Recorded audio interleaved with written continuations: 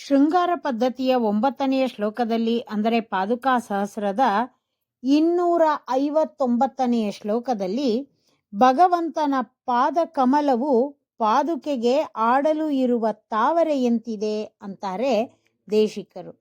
ಶ್ಲೋಕ ನೋಡೋಣ.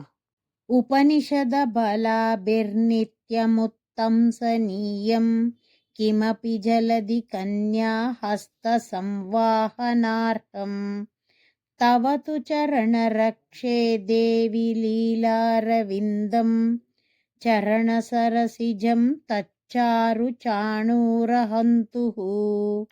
ಚರಣ ರಕ್ಷೆ, ಪಾದವನ್ನ ಕಾಪಾಡುವ ಪಾದುಕೆಯೇ. ಉಪನಿಷತ್, ಉಪನಿಷತ್ತುಗಳೆಂಬ.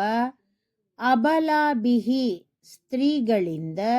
ನಿತ್ಯಂ, ಯಾವಾಗಲೂ. ಉತ್ತಂಸನೀಯಂ, ತಲೆಗೆ ಅಲಂಕಾರಪ್ರಾಯವಾದುದು. ಕಿಮಪಿ, ಹೀಗೆ ಎಂದು ಹೇಳಲಾಗದ. ಜಲದಿ ಕನ್ಯಾ, ಕ್ಷೀರ ಸಮುದ್ರನ ಮಗಳಾದ ಮಹಾಲಕ್ಷ್ಮಿಯ. ಹಸ್ತ, ಕೈಗಳಿಂದ. ಸಂವಾಹನಾರ್ಹಂ, ಹಿಡಿದುಕೊಳ್ಳುವುದಕ್ಕೆ ತಕ್ಕುದಾದ. ತತ್, ಪ್ರಸಿದ್ಧವಾದುದು. ಚಾರು, ಸುಂದರವಾಗಿಯೂ ಇರುವ.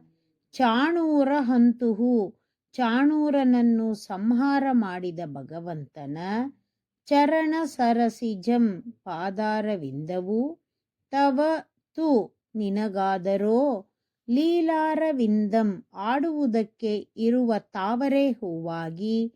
ಆಸೀತ್, ಆಯಿತು.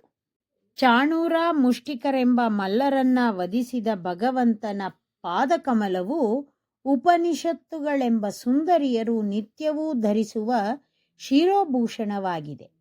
ಅಂದರೆ ಉಪನಿಷತ್ತುಗಳೆಂಬ ಸುಂದರಿಯರು ಮುಡಿಯುವ ತಾವರೆ ಹೂವಾಗಿದೆ.